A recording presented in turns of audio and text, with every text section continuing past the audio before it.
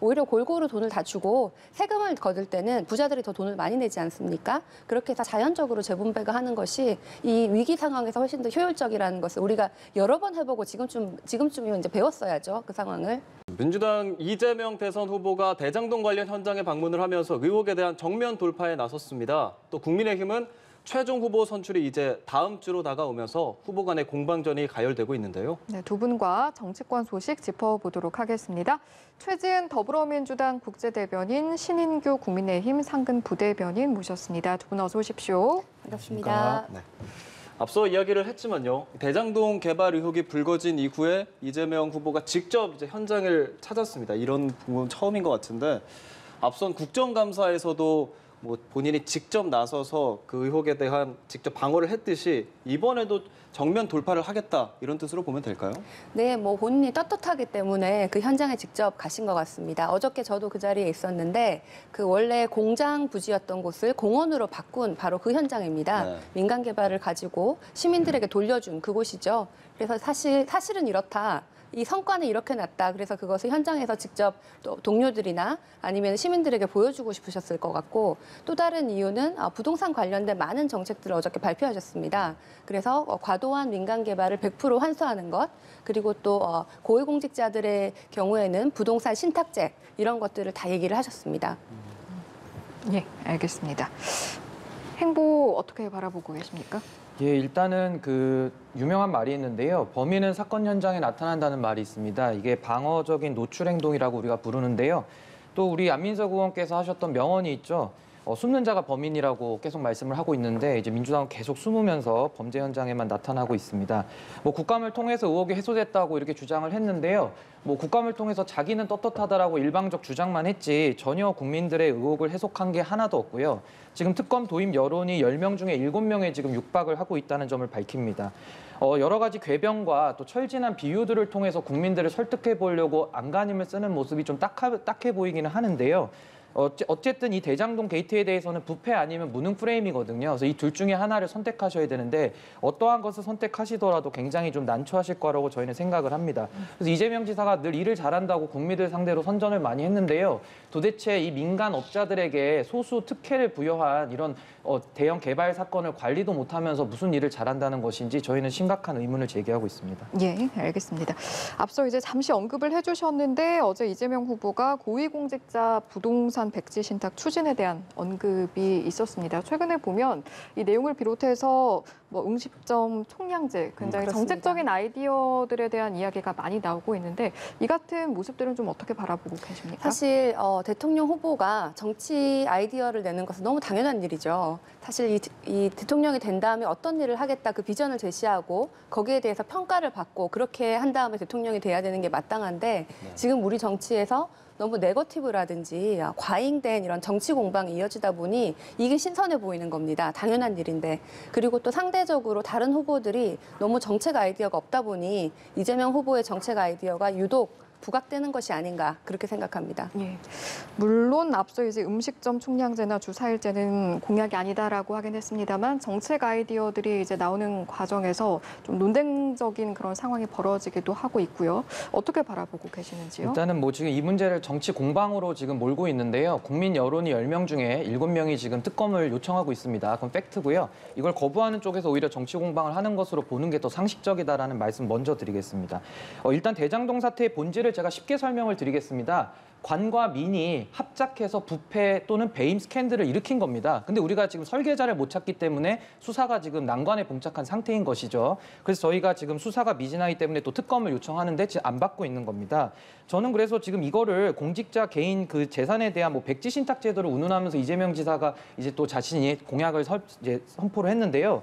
이거 딴소리 총량제를 해야 될 것 같습니다. 이거 계속 그 논점은 대장동에 대한 우리가 민관의 부패 스캔들과 배임 스캔들을 밝히자고 하는데 갑자기 공직자 개인이 재산 보유하는 거에 대해서 투명해야 된다? 이런 식으로 논점을 살짝 비켜가거든요. 이제는 우리 국민의힘에서 이재명 지사의 그 패턴을 다 파악을 했습니다. 그래서 어떤 말을 하더라도 물타기가 이제는 안 된다는 거 제가 말씀을 드리겠고요.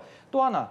공공으로 하면 무조건 선하다, 민간으로 하면 무조건 악하다라는 프레임을 계속 씌우고 있는데요. 그럼 민간으로 했을 때 악하다? 그럼 자본주의 하면 안 됩니다. 공공으로 했을 때 100% 선하다? 그럼 LH 사태는 어떻게 설명하실 겁니까? 이런 식으로 공공이 선하고 민간이 악하다라는 선악 구조로 국민을 가르는 정치, 이젠 좀 그만해야 된다고 저는 생각을 하고요. 음식점 총량제 제가 한 말씀 드리겠습니다. 이거 북한식 장마당하자는 거 아니겠습니까? 우리나라 헌법에도 직업 선택의 자유가 있기 때문에 직업 선택을 마음대로 할 수 있게 해줘야 되는데 이거에 대해서 이거는 음식점 총량제를 통해서 북한식 장마당하자는 것밖에 안 보이고요. 주 4일제 같은 경우도 이것이 듣기에는 좋아 보이지만 정책의 내면을 다 자세히 들여다봤을 때는 국민들에게 엄청난 부담으로 돌아올 것이라고 저는 생각합니다.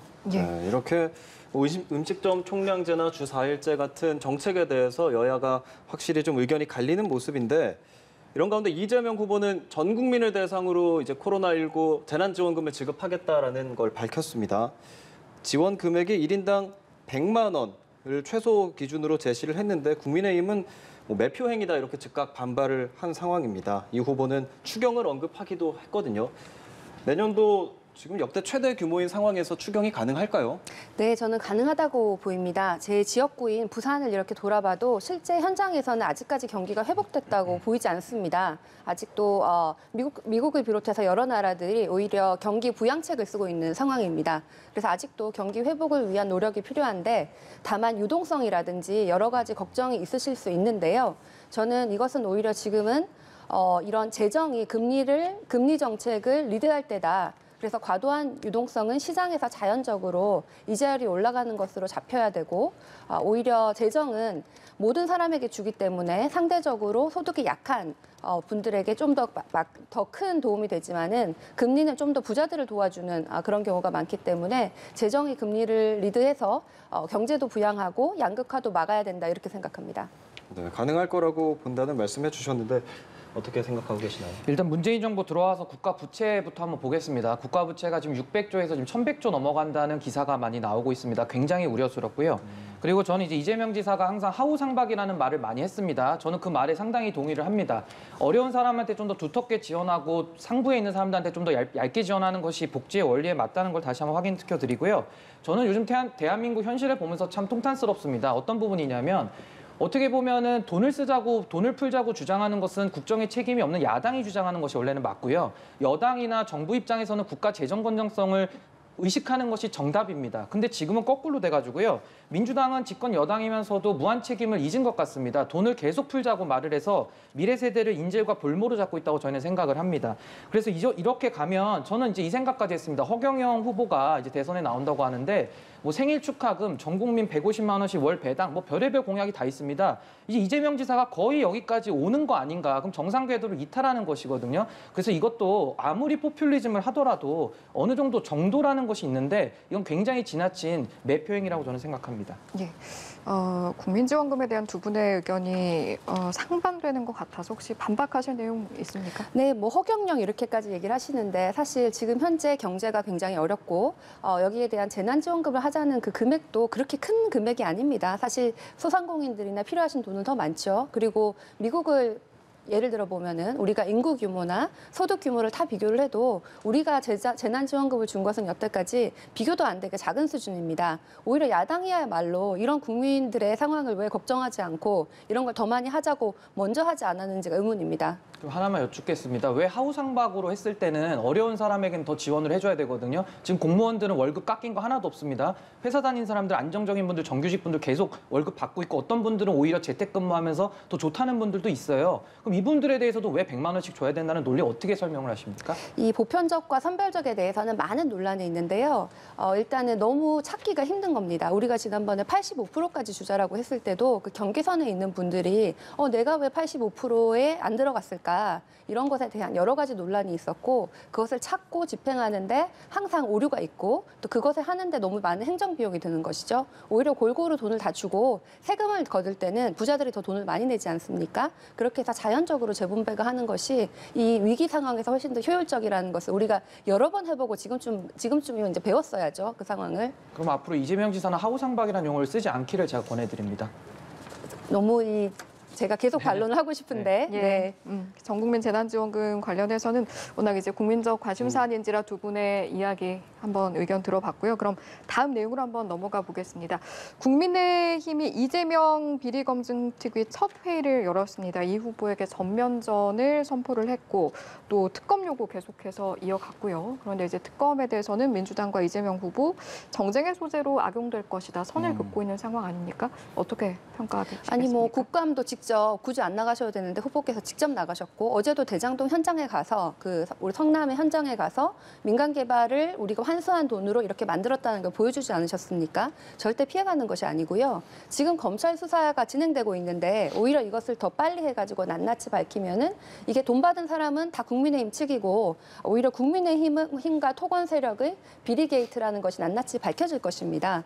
근데 특검회 같은 경우에는 특검을 구성하는 데 한 2달, 뭐 임명하는데 뭐 시간 이렇게 했을 때 결국은 대선 끝날 때까지 결과를 보지 말고 미루고 이걸 계속 정치적으로 의혹이 있는 양 몰아가자는 그 정치적인 이유로 특검을 하자는 것이죠. 그래서 진짜 결과를 알고 싶으면은 검찰 조사 좀 빨리 제대로 하자 이렇게 말씀드립니다. 진정으로 수사가 잘 이루어지기 위해서는 검찰이 수사를 해야 하고 특검 요구는 좀 정치적인 이유가 아닌가라고 말씀을 해주셨어요. 일단은 이재명 지사의 대장동 인식에 대해서 제가 조금 설명을 드리겠습니다. 이재명 지사께서는 행정의 모범 사례라고 말씀을 하셨습니다. 그러더니 이제 말이 좀 바뀌어서 국힘 게이트라면서 저희를 도둑의 힘이라고 조롱까지 했습니다. 그럼 제가 하나 여쭙고 싶은 것은 행정의 모범 사례라고 하면서 왜 이번에 진성준 의원은 민주당 의원께서는 왜 대장동 방지법 발의를 하십니까? 모범 사례면은 전국에 장려법을 만들어서 더 화천 대여를 더 늘려야 되지 않겠습니까? 그러니까 이런 식으로 전혀 말이 되지 않는 얘기를 지금 계속하고 있고요. 수사에 대해서는 제가 단 한 가지로 반박을 할 수 있는 논리가 있습니다. 아니 그렇게 치면은 국정농단 사태 때 박근혜 대통령 때도 특검을 요구하자고 했던 측이 민주당이고 당시에 저희는 국정조사까지도 받았거든요. 특검 플러스해서.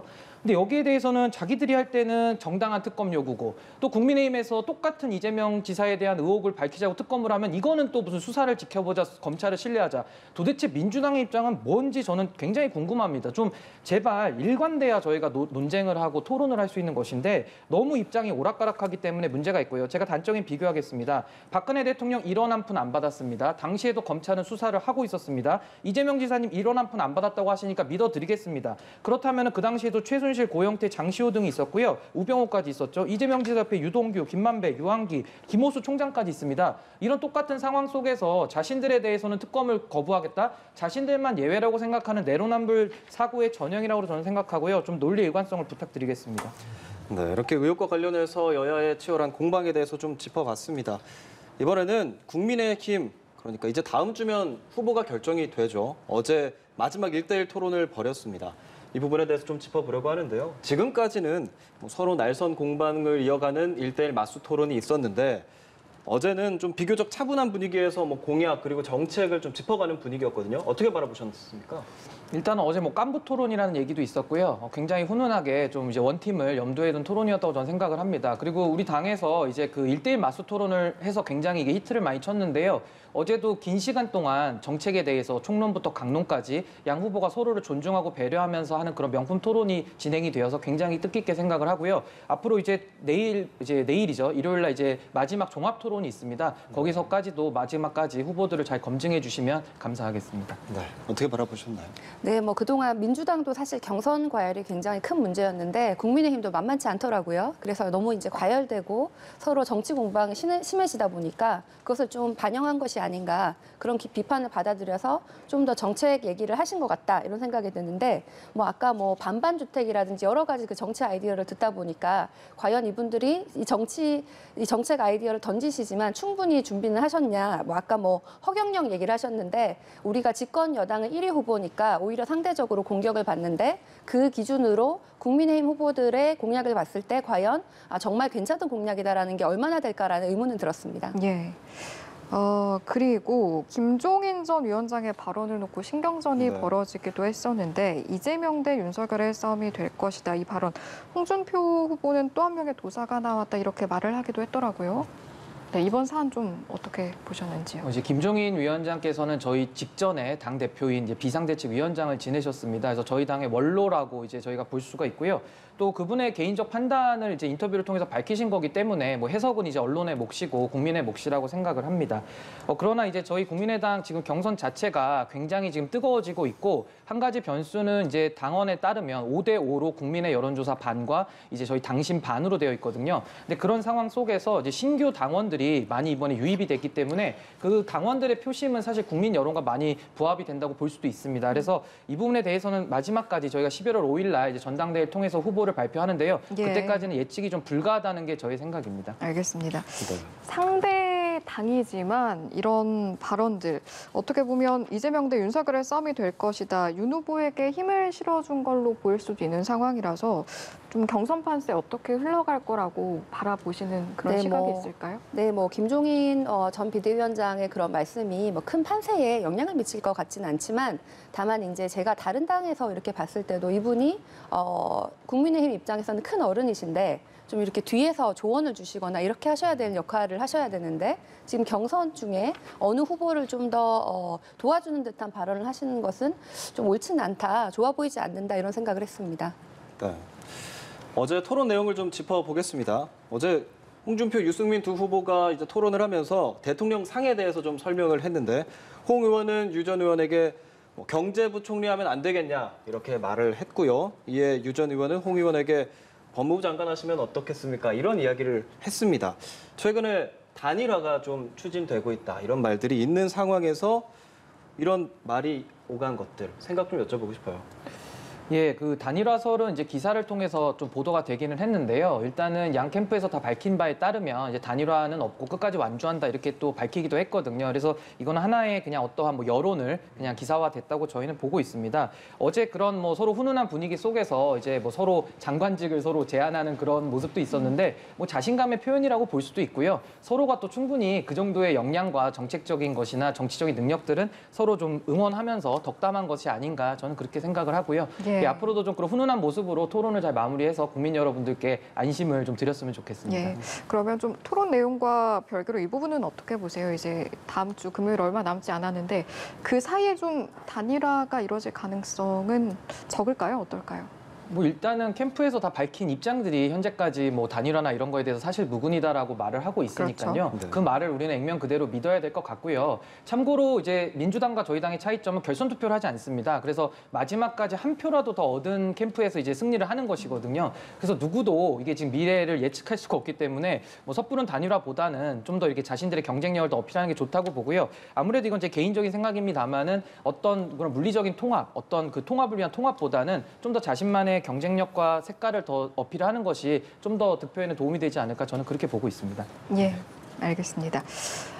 TV 토론이 이제 한창 이뤄지고 있고 국민의힘은 그런데 이제 윤 후보가 전두환 발언이 좀 논란이 됐었고 그래서 이 내용을 사과하기 위해서 TV 토론 마치고 광주를 찾겠다고 또 밝힌 상태지 않습니까? 네. 이 부분에 대한 말씀 좀 여쭤보고 싶네요. 뭐 광주를 가셔야죠. 마땅히 사죄를 하셔야 되는데 지난번에도 사과와 비슷한 발언을 하신 다음에 뭐 개한테 사과를 주는 이런 사진을 SNS에서 올려서 뭐 개나 뭐 국민이 개냐 뭐 이런 여러 가지 비판이 있었던 것으로 알고 있는데요. 이게 광주만 가신다고 되는 것이 아니라 정말 진심 어린 사과를 하셔야 되지 않나라는 생각이 들고 그런데 지금까지는 윤 후보도 그렇고 윤 후보 측의 행동도 봤을 때 진심 어린 사과는 아니었다. 그리고 오히려 계속 이렇게 말실수가 나올 때는 처음에는 실수지만 나중에는 이게 이분의 철학인가? 라는 생각이 드는데 그러면은 전두환은 뭐 정치는 잘했다라는 것이 이분의 철학이면은 진심 어린 사과가 나올 수가 없지 않을까 이런 생각이 듭니다. 예, 좀 더 진심 어린 사과가 필요하다라는 말씀이셨는데 방문을 하게 된다면 호남 민심 다독이는데 좀 보탬이 될 거라고 보시는지요? 예, 저도 그 발언에 대해서 상당히 좀 안타깝게 생각합니다. 그리고 그 부분에 대해서는 상처받은 분들이 계시기 때문에 또 그분들의 마음을 잘 어루만지는 그런 모습들이 있어야 된다고 생각이 들고요.